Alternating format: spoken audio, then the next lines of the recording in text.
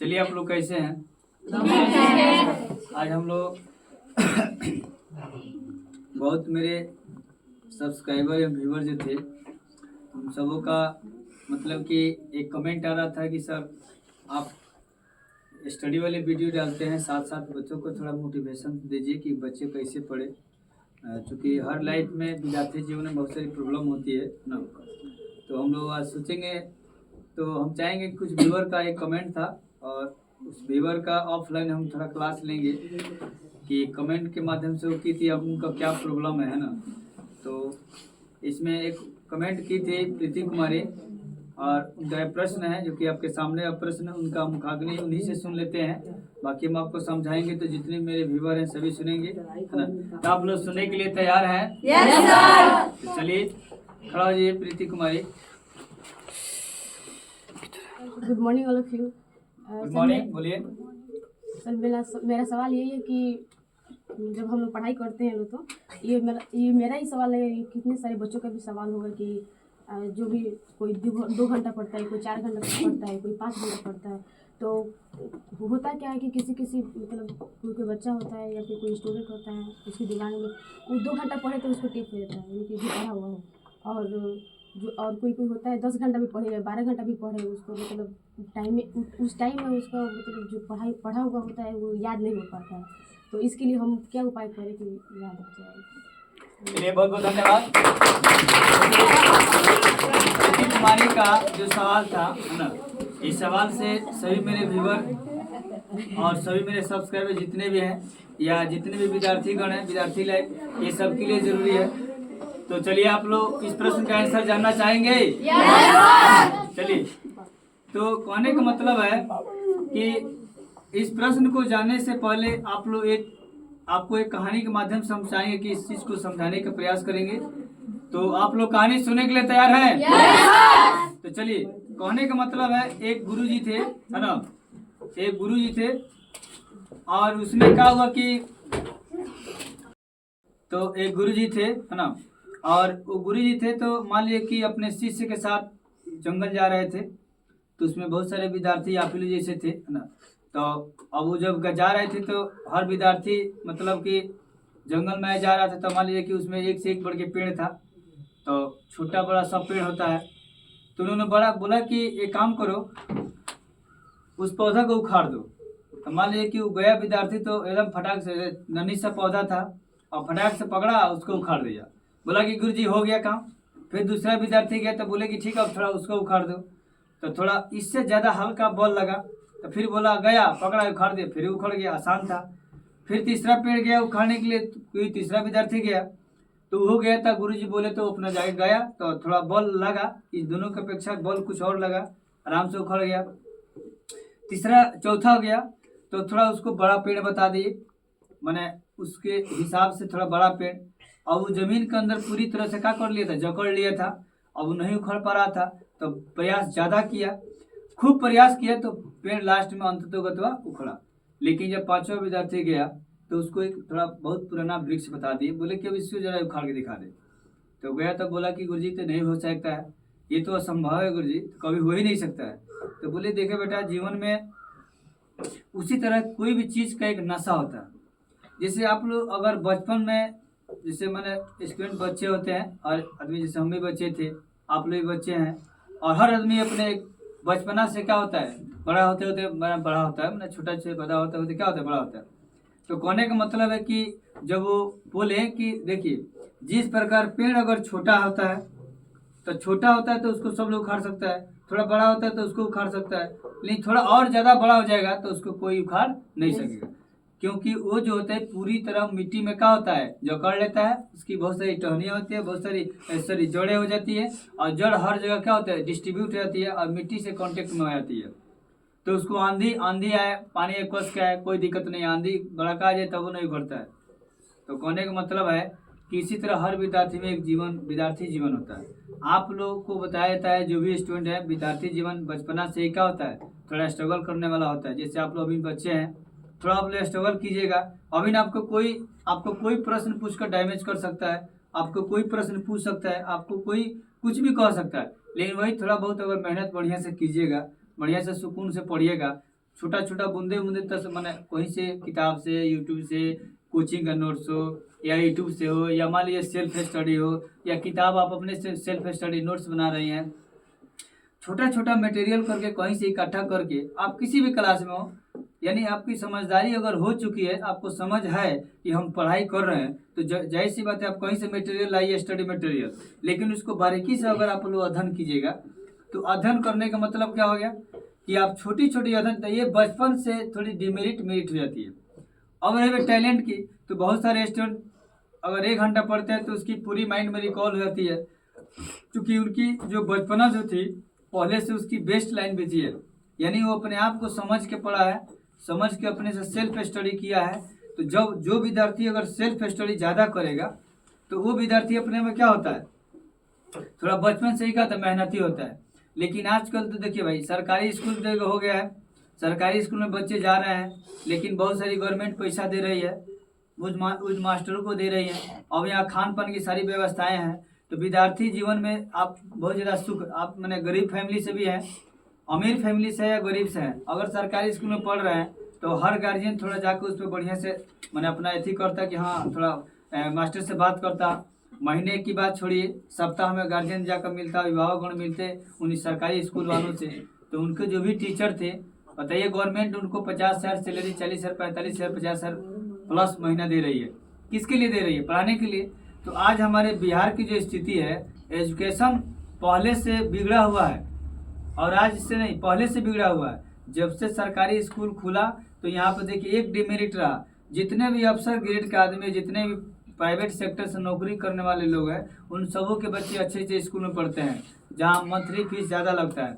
लेकिन जितने भी गरीब तबका के लोग होते हैं, उनके सभी बच्चे कहाँ पढ़ते हैं? सरकारी में। अगर जिस दिन उन अमीरों की लड़के अगर सरकारी स्कूल में पढ़ना शुरू कर दें, जो भी डीओ हैं, चाहे जिला शिक्षक जो भी अधिकारी होंगे, चाहे जो भी शिक्षक महोदय जो भी बन के आएंगे, एसीएस पद पर हो, चाहे डीओ ऑफिस में, चाहे कोई भी हो, चाहे मास्टर के पद पर कोई भी होंगे, उन लोग अपने समझेंगे कि मेरा ही बच्चा इसमें पढ़ रहा है। तो एक तो वो लोग डिपेंड है अपने प्राइवेट जॉब पर, प्राइवेट स्कूल में पढ़ा रहे हैं बच्चों को। अभी सरकारी स्कूल में लेखा जोखा लेने वाला कोई है नहीं, बस केवल अंडा भात खाइए, खिचड़ी उचड़ी खाइए आराम से। गवर्नमेंट स्कूल में जाइए तो थोड़ा मास्टर लोगों से, जो भी इस वीडियो को मेरे कोई भी अगर टीचर बंधु हो, तो उन लोगों से मेरे आग्रह है, हाथ जोड़ के विनती है कि आप लोग थोड़ा स्टडी अगर करा रहे हैं बच्चों को, तो थोड़ा इस पर फोकस कीजिए कि बच्चे कहाँ कहाँ उसको प्रॉब्लम है, कहाँ प्रॉब्लम नहीं है। बस यूं ही आप नियम से गवर्नमेंट दे दिया है खिचड़ी खिलाने के लिए, आप लोग खिचड़ी खिला रहे हैं। मान लीजिए स्कूल में अंडा उंडा टाइम है, सबका टाइमिंग बढ़ गया है। एग्जाम लीजिए, मंथली टेस्ट लीजिए या वीकली टेस्ट लीजिए या डेली टेस्ट लीजिए, आपकी मर्जी, आप कैसे अपने बच्चों को ढालना चाहते हैं, क्योंकि सांचा आपके पास है, जैसे ढालिएगा। बहुत उम्मीद होता है उन गरीब बच्चों के लिए, ठीक है। देखिए हर माँ बाप का सपना होता है कि मेरा बेटा बेटी जो भी जहाँ भी पढ़े, सरकारी स्कूल में या प्राइवेट स्कूल में पढ़े, क्योंकि कोई भी वृक्ष लगाता है तो मान लीजिए कि बुढ़ापे में हमको मैंने सहारा दे या फल दे, है ना। तो हर माँ बाप अपने बच्चों को स्कूल सरकारी हो या प्राइवेट पढ़ाने की कोशिश करते हैं, जो जितने में होते हैं उतने भेजते हैं।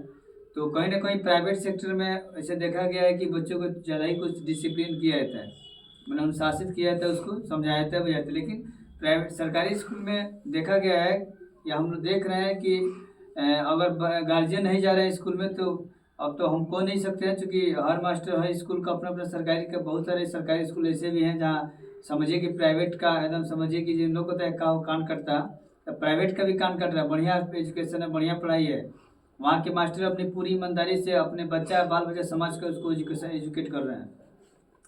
लेकिन बच्चे वहाँ के बहुत डिसिप्लिन मेंटेन है, उनका अपना एक ड्रेसअप भी है, अपना सब चीज़ है, अपना प्ले ग्राउंड, अपना हर चीज़, अपना टाइम टेबल एजुकेशन का सब चीज़ बनाया गया है। लेकिन बहुत ऐसे सरकारी स्कूल है जहाँ कोई खोलने वाला नहीं है, तो वहाँ पर जो भी गवर्नमेंट, बताइए बीपीएससी पास करके जाते हैं मास्टर बनने के लिए, वहाँ पर जाते हैं तो बस केवल पैसा के लिए रह जाते हैं।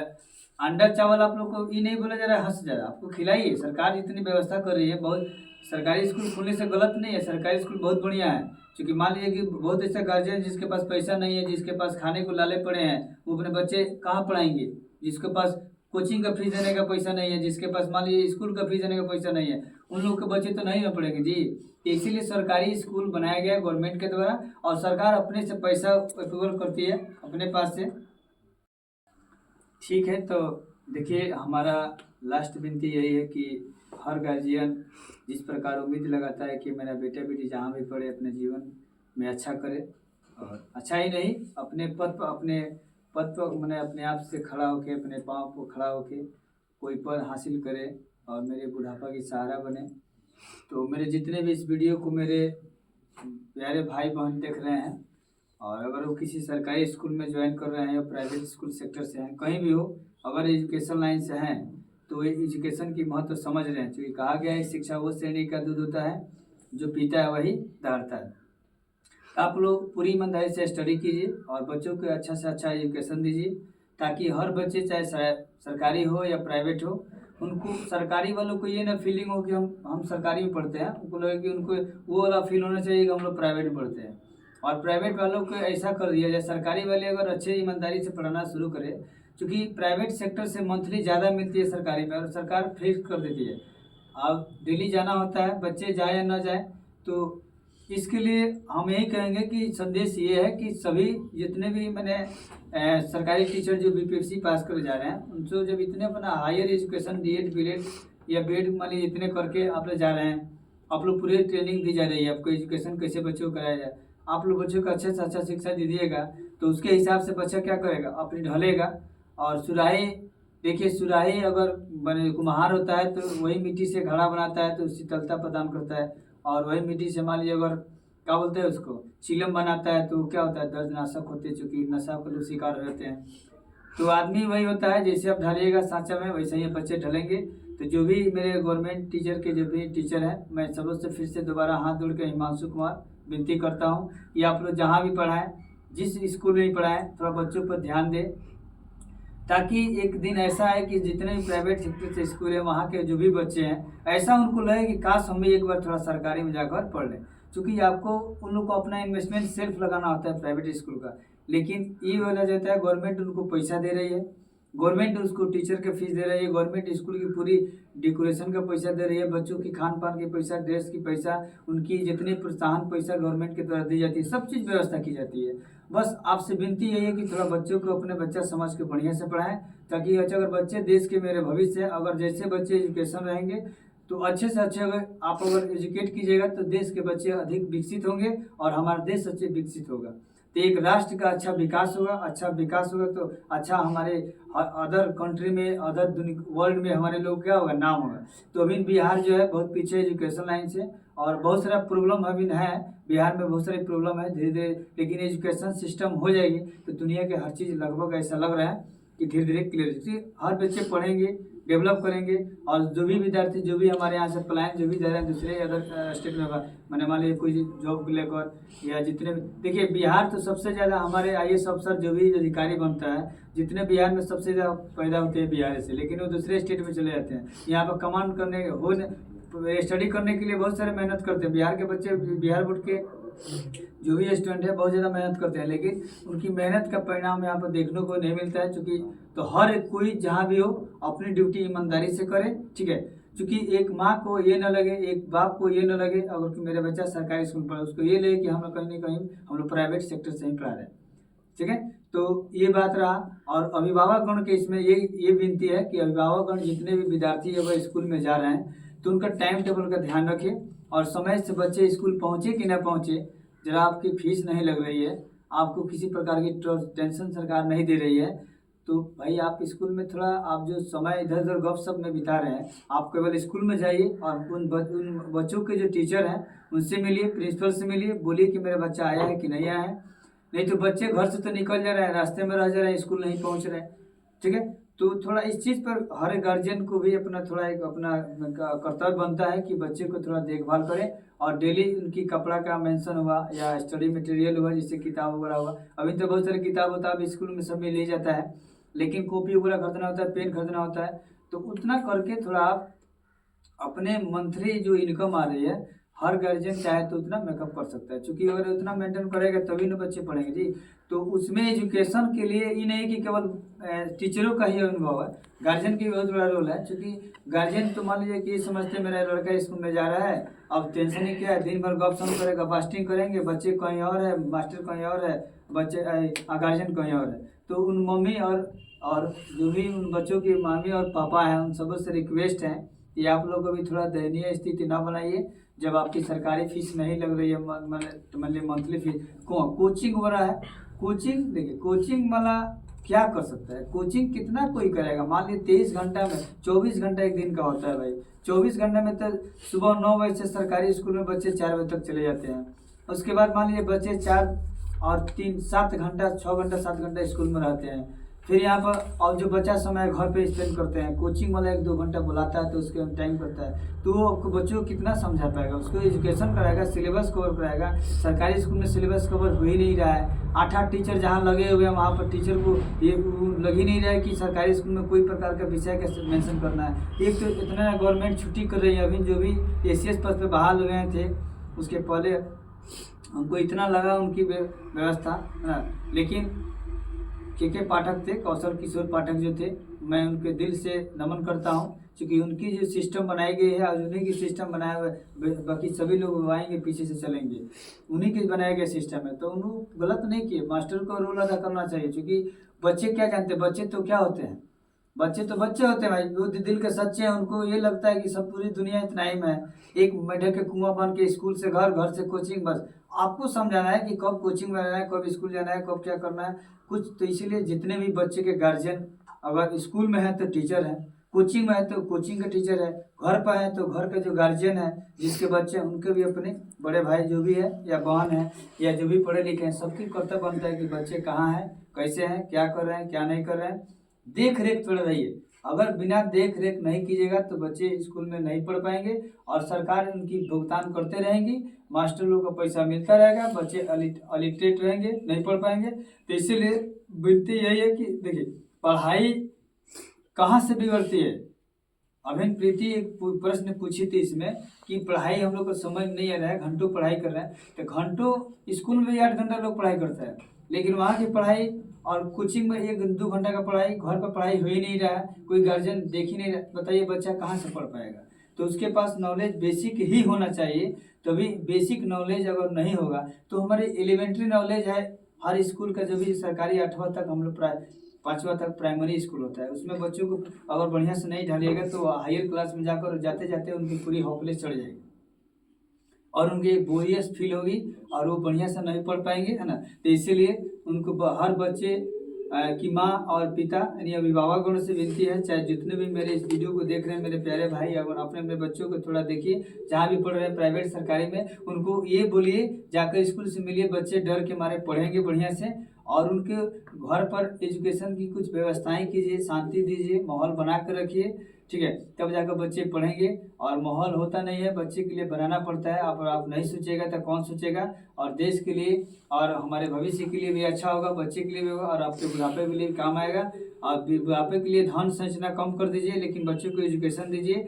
बुढ़ापे के लिए थोड़ा कम, मान लीजिए आने वाले समय के लिए कुछ कम खाइए चलेगा, लेकिन अभी बच्चों को थोड़ा बढ़िया से सुगमता से हर चीज़ की व्यवस्था कीजिए। क्योंकि बच्चे के लिए 16 से 25 एज का उम्र जो होता है बहुत अच्छा होता है। उसी उम्र में अगर बच्चे डेवलप कर जाएंगे तो समझिए कि आने वाली पीढ़ी हमारे क्या रहेगी, अच्छी पीढ़ी होगी, अच्छे देश विकास करेगा, अच्छे एक राष्ट्र का निर्माण होगा, ठीक है। तो इसीलिए बाकी बातें बहुत सारी की जाएगी, है ना, लेकिन इसीलिए बेसिक जो पढ़ाई होती है उस चीज़ को थोड़ा हम लोग कंट्रोल कर देंगे। आने वाली पीढ़ी में अगर बच्चा 1 घंटा 2 घंटा भी पढ़ेगा ना तो उसका माइंड मेकअप हो जाएगा। तो पहले से कुछ जानकारी रहेगी, तभी कुछ जानकारी हमारे आने वाली पीढ़ी में होने वाली है। जैसे मान लीजिए आप इंटरमीडिएट साइंस में चले गए या 10th में चले गए, तो बेसिक नॉलेज होगा तब ना जी।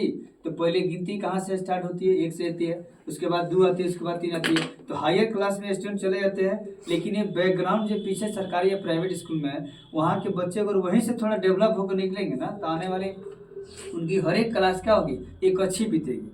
तो इसीलिए अच्छा भविष्य हो, इसके लिए अच्छा वर्तमान होना चाहिए। और पास्ट में हम लोग क्या गलती किए, क्या सही किए, तो भाई सभी से रिक्वेस्ट है, गार्जियन और जो भी टीचर इस वीडियो को सुनेंगे, चाहे मेरे प्यारे भाई एवं बहन, उन सभी से रिक्वेस्ट है कि आने वाले अगर भविष्य अच्छा करना चाहते हैं, देश का अच्छा भविष्य सोचना चाहते हैं, तो बस एक ही आपसे विनती है कि भाई थोड़ा बच्चों के बढ़िया से बढ़िया शिक्षा दीजिए और बच्चों पर ध्यान दीजिए। जो भी आपके स्टूडेंट बन के हैं, बेटे बन के हैं, पुत्र सुपुत्र बनाइए। उसके बाद आने वाला समय आपका अच्छा होगा और आपके लिए भी और पूरे राष्ट्र के लिए भी अच्छा होगा। बात ये देखिए, जितने भी कहानी शुरू से आपको बताया है, जैसे गुरुजी वाला कहानी बताया है, तो गुरुजी बोले कहानी में यही नहीं कि भाई जो जितना मजबूत होता है उसको उखाड़ना क्या मुश्किल होता है। तो अगर आप बढ़िया शुरू से ही करते हैं, बढ़िया शुरू से पढ़ाई करते हैं और छोटी छोटी बूंदे आप तसीलते हैं, माइंड में स्टडी मटेरियल रखते हैं, एक एक बिंदु पर आप विचार करते हैं, तो एक आपके पास जब अच्छा नॉलेज होगा तो आने वाले समय में क्या होगा, अच्छा आप विद्यार्थी कहलाइएगा। और कहा गया है कि महाभारत में, देखिए महाभारत में कृष्ण जी थे, कृष्ण कब ऐसा नहीं कहलाए, उनको भगवान ऐसा नहीं कहा गया। जब गोपियों के साथ में थे तो उनको कन्हैया, कृष्ण लल्ला माखन चोर कन्हैया कहा गया था, लेकिन जब वो महाभारत करा कर दी तब उनको कृष्ण भगवान कहा गया। तो आपको पढ़ने के लिए बेसिक चाहे जब भी हो आप अपने, और एक और चीज़ है कि जब समय होता है तो समझदारी नहीं होता है, और समझदारी जब होता है तो समय गायब रहता है। ठीक है, तो आप लोग शुरू से ही हर गार्जियन और टीचर जो भी बंधु हैं या बड़े बुजुर्ग जो भी घर के हैं सभी लोग अपने अपने छात्र एवं बेटे जो भी आपके हैं उन पर ध्यान दीजिए। आप लोग बढ़िया से पढ़ेंगे और बेसिक उनका ठीक रहेगा तो वर्तमान ठीक होगा तो उनकी भविष्य भी ठीक होगी। ठीक है, और कहानी तो बहुत सारी है, जितने भी गवर्नमेंट स्कूल की बातें हुई है वो सभी लोग मिलकर हम यही कहेंगे, सरकारी हो प्राइवेट है या कोई भी हो, एक बच्चों का एक बेस मजबूत कीजिए। अगर बेस मजबूत होंगे, उनका मजबूत अगर नींव अगर शुरू से ही होगा, जिस प्रकार एक घर बनता है तो उस घर की हम लोग नींव मजबूत करते हैं, उसके बाद अगर जितना नींव मजबूत होता है उस घर का उतने ही, उस घर पर उतना ही बड़ा बिल्डिंग खड़ा किया जाता है, चाहे वो 5 मंजिल का हो 10 मंजिल। तो आगे आप भविष्य में आप अपने बच्चों को क्या देखना चाहते हैं उसी अनुसार सभी टीचर या सभी अभिभावकगण अपने बच्चों पर ध्यान दे, क्योंकि उनकी बच्चे उनकी नज़र में वही रूप दिखे। जिस प्रकार अगर आपको 4 मंजिल वाला घर बनवाना है तो आप सोचिए कि 1 मंजिल टाइप का घर का नींव दीजिएगा तो नहीं ना काम चलेगा, उसके लिए नींव मोटा मोटा बीम देना पड़ेगा। गवर्नमेंट का जो भी एक ओवर ब्रिज बनता है तो बहुत सारा उसमें मोटा मोटा कई वर्ष लग जाते हैं उसमें, तब एक ओवर ब्रिज का एगो समझिए कि क्या बोलते हैं उसको, बीम तैयार होता है, ये नींव तैयार होता है, और उस पर जाकर कई वर्ष लग जाता है, कई वर्ष लोग कई टन का लोग जाता है उस पर चढ़ता है। तो घर भी वैसा ही होता है, कहीं का भी घर हो तो घर कहीं मजबूत बनेगा तो ऊपर आने वाला पीढ़ी राज करेगा तो अच्छा रहेगा, ढहने की संभावना कम होगी। तो इसीलिए सभी गार्जियन से रिक्वेस्ट है, सभी टीचरों से रिक्वेस्ट है कि जो भी आपके पास बच्चे जा रहे हैं उन बढ़िया से पढ़ाइए, बढ़िया से बच्चे को एजुकेट कीजिए, तभी आने वाले हमारे देश अच्छा विकास करेगा। ठीक है, और बच्चे अच्छे से अच्छे पढ़ाई करेंगे, अगर बेसिक मजबूत होगा तो आने वाले समय उनकी अच्छी कम समय में भी वो ज़्यादा अचीवमेंट कर सकते हैं। उनके लिए कम समय पर अगर वो पढ़ाई भी कर रहे हैं, आने वाले समय अगर कम भी पढ़ाई करें तो उनके लिए उनकी अच्छे स्वास्थ्य रहेंगे, अच्छे माइंड मेकअप होगा और उनका बैकग्राउंड ठीक रहना चाहिए। ठीक है, तो इसी प्रकार थोड़ा ये सब ध्यान दीजिए। और अगर इस मेरे वीडियो को अगर आपको अच्छा लगे, वीडियो मेरा अच्छा लगे तो आप लोग ज़्यादा से ज़्यादा शेयर करें, लाइक करें, सब्सक्राइब करो। और मेरे ऐसा ही मैंने लेटेस्ट वीडियो, मेरे जो भी वीडियो डाले हैं ऐसे पाने के लिए मेरे यूट्यूब चैनल को सब्सक्राइब और बेल आइकन दबाना ना भूलें। सबको मेरा प्रणाम। So thank